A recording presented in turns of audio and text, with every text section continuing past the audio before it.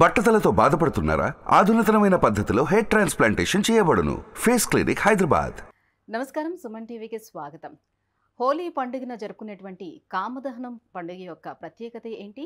ఈ కామదహనం అనేది ఎప్పుడు జరుపుకోవాలి, ఏ సమయంలో చేసుకోవాలి అనే విషయాన్ని తెలియజేసేందుకు మనతో పాటు ఉన్నారు ప్రముఖ జ్యోతిష్య శాస్త్ర నిపుణులు బ్రహ్మశ్రీ నందేపట్ల శ్రీహరి శర్మ గారు. గురుగారు నమస్కారం అండి. వాగర్థ వివ సంపృక్తౌ వాగర్థ ప్రతిపత్తయే జగతఃపితరౌ వందే పార్వతీ పరమేశ్వరౌ. అన్నపూర్ణే సదాపూర్ణే శంకరః ప్రాణవల్లభే జ్ఞానవైరాగ్య సిద్ధ్యర్థం భిక్షాం దేహి చ పార్వతి. మాతా చ పార్వతీదేవి పితాదేవో మహేశ్వరః బాంధవా శివభక్తాశ్చ స్వదేశో భువనత్రయం. సదాశివసమారంభాం శంకరాచార్యమధ్యమాం అస్మదాచార్యపర్యంతం వందే గురుపరంపరాం. ఆదిత్యాయ చ సోమాయ మంగళాయ బుధాయ చ గురుశుక్రశనిభ్యశ్చ రాహవే కేతవే నమః.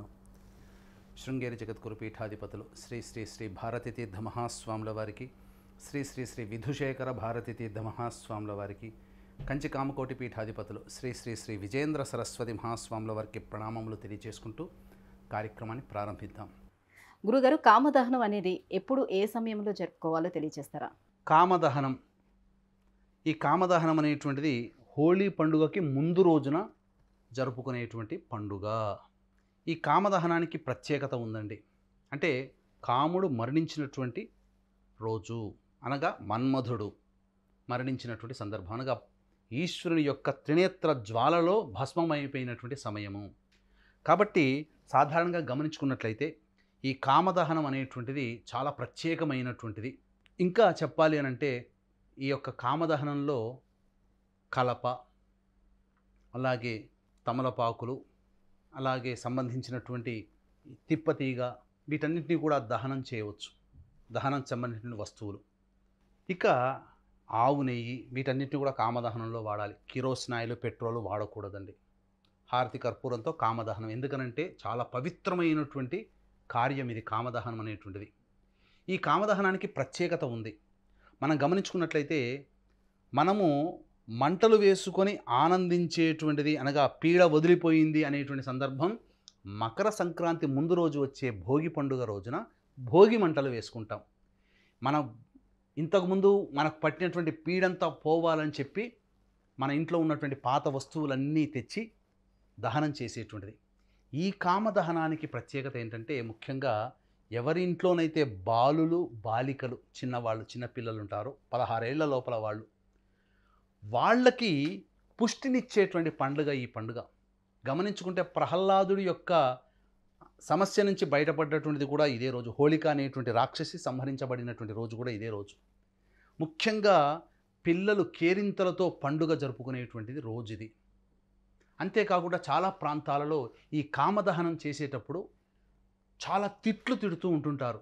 కొన్ని ప్రాంతాలలో ఇప్పటికీ కూడా పిల్లలు ఎన్ని తిట్లు తిడితే అంత మంచిది అని చెప్పి కూడా కొంతమంది పిల్లల చేత కూడా ఆ కామదహనం జరుగుతున్న సమయంలో తిట్లు తిడుతూ ఉంటుంటారు, మన్మధుడిని దృష్టిలో పెట్టుకొని.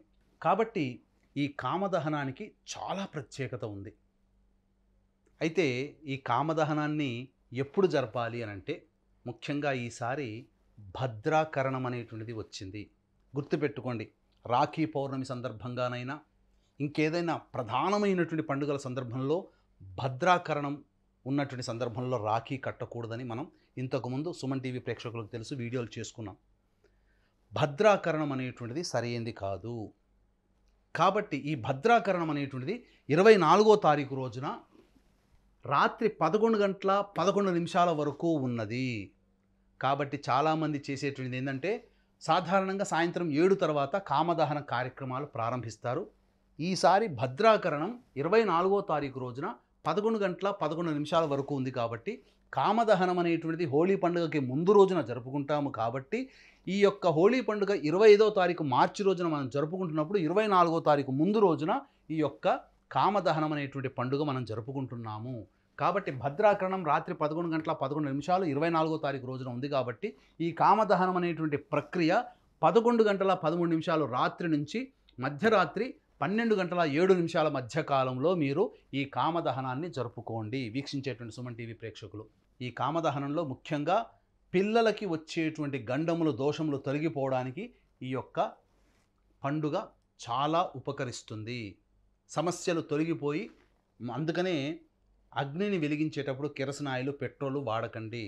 హారతి కర్పూరం కానీ ఆవు నెయ్యి కానీ, తద్వారా మీరు ఈ యొక్క అగ్నిని వెలిగించి కామదహనం పండుగ జరుపుకోండి. వీక్షించేటువంటి సుమన్ టీవీ ప్రేక్షకులు కూడా ఈ యొక్క విషయాన్ని గమనించుకోగలరు. గురుగారు, మరి కొత్తగా పెళ్ళైన జంట కోడళ్ళు అత్తవారింట్లోనే ఈ హోలీ పండుగను జరుపుకోవాలా, లేదంటే కన్నవారింట్లో జరుపుకోవాలా?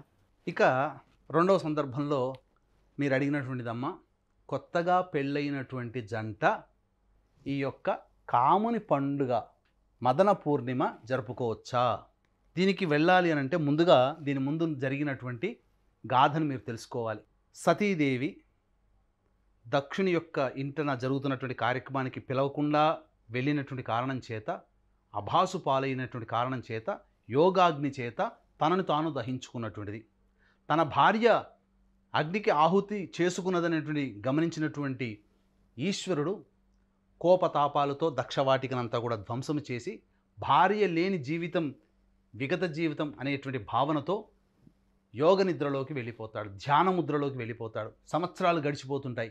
ఈశ్వరుడు ముల్లోకాలలో శివాజ్ఞ లేనిదే శ్రీమైన కుట్టదు, సృష్టి స్థితి లయకారకాలలో లయకారకుడు. అటువంటి లయకారకుడు అయినటువంటి పరమేశ్వరుడే యోగ నిద్రలో ఉండడం చేత ముల్లోకాలు కూడాను తపించబడ్డాయి. ఈ యొక్క ముల్లోకాలు తపించడం, రాక్షసుల యొక్క ప్రవర్తన పెరగడం, రాక్షసుల యొక్క బలం పెరగడం, తారకాసురుడు అనేటువంటి రాక్షసుడు కూడా దీన్ని గమనించినటువంటి వాడై ఈశ్వరుడికి సతీదేవికి, ఎందుకంటే సతీదేవి లేదు కదా, సతీదేవికి జన్మించినటువంటి కుమారుడితోనే నా యొక్క మరణం అనేటువంటిది వరాన్ని బ్రహ్మ ద్వారా పొందడం, ఆ సతీదేవి హిమవంతుడి పుత్రికగా పార్వతిగా జన్మించడం, ఆ పార్వతి చేత పరిణయం చేయించాలి, తద్వారా కలిగినటువంటి సంతానం చేత తారకాసురుడు సంహరించబడాలనేటువంటిది దైవ నిర్ణయం. కాబట్టి ఈ యొక్క సంబంధించినటువంటి మన్మధుడు ప్రేరేపించాడు.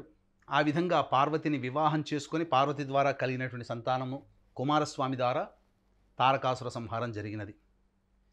అయితే దంపతుల మధ్య ఆకర్షణని, ప్రేమని, అనురాగాన్ని పుట్టించేటువంటి మన్మధుడు దహించినటువంటి రోజున కొత్తగా పెళ్ళైనటువంటి ఇంటి కోడలు ఈ యొక్క పండుగ అత్తగారింట్లో జరుపుకోకూడదు. వీక్షించేటువంటి సుమన్ టీవీ ప్రేక్షకులు కూడా గమనించాల్సిన అంశం ఏంటంటే, మా సొంత భవనం శ్రీ కామాక్షి నిత్యానదాన ఆశ్రమం కాశీక్షేత్రంలో ఉంది. అది భవిష్యత్తులో దాదాపు 30 గదుల వసతి గృహము, అధునాతన సాంప్రదాయంతో వసతులతో ఈ యొక్క వసతి గృహము ఆశ్రమం నిర్మాణం అవుతున్నది. ఈ ఆశ్రమానికి మీరు గృహదాతలుగా, ఒక రూము దాతలుగానైనా కానీ, రాజపోషకులుగా, మహారాజపోషకులుగా కనీసం మీ శక్తి కొలది ఒక అడుగైనా కానీ కాశీక్షేత్రంలో మీరు మీ వంతు సహాయం చేయదలిచిన వాళ్ళు కార్యక్రమ తదనంతరం కాంటాక్ట్ చేయండి. పూర్తి వివరాలు మీకు తెలియజేస్తారు. ఇక గమనించుకున్నట్లయితే కొత్తగా పెళ్ళైనటువంటి కోడలు అత్తగారితో కలిసి ఈ యొక్క పండుగని అత్తగారింట్లో జరుపుకోకూడదు. ఇది నిషిద్ధము జరుపుకోవడము. తద్వారా అత్తకి కోడళ్ళకి మధ్య వైరములు ఏర్పడతాయి. అలాగే భార్యాభర్తల మధ్య కూడా వైరం ఏర్పడుతుంది. ఎందుకు అని అంటారా? దంపతుల మధ్య ఆకర్షణకి, అనురాగానికి, ప్రేమకి కారకుడైనటువంటి మన్మధుడు దహించినటువంటి రోజు ఈ యొక్క మదన పూర్ణిమ, హోలీ పండుగ. ఆ రోజున కొత్తగా పెళ్ళైన పెళ్ళై 2-3 సంవత్సరాలైన వాళ్ళు చేసుకోవచ్చునండి. కానీ కొత్తగా పెళ్ళైన వాళ్ళు, ఎందుకంటే మార్చిలో కదా వస్తున్నటువంటిది, మార్చి 25వ తారీఖు రోజున కదా. అంతకుముందు అనగా ఆగస్టు శ్రావణ మాసం నుంచి, అనగా గత సంవత్సరం చైత్రమాసం నుంచి ఇప్పటి వరకు హోలీ పండుగ రోజు వరకు మధ్యలో వివాహమైనటువంటి జంటలు ఎవరున్నా హోలీ పండుగ రోజున మాత్రం కోడలు అత్తగారింట్లో జరుపుకోకూడదు. ఒకవేళ జరుపుకుంటే అత్తగారికి కోడలికి మధ్య వైరం ఏర్పడుతుంది, భార్యాభర్తల మధ్య విభేదాలు ఏర్పడతాయి. మరి ఎక్కడ జరుపుకోవాలండి? అల్లుడు గారిని తన పుట్టింటికి పిలిపించుకోవాలి. భర్తని తన పుట్టింటికి పిలిపించుకొని అత్తగారింట్లో అల్లుడు, కూతురు ఈ యొక్క హోలీ పండుగ జరుపుకోవడం శాస్త్ర సమ్మతము.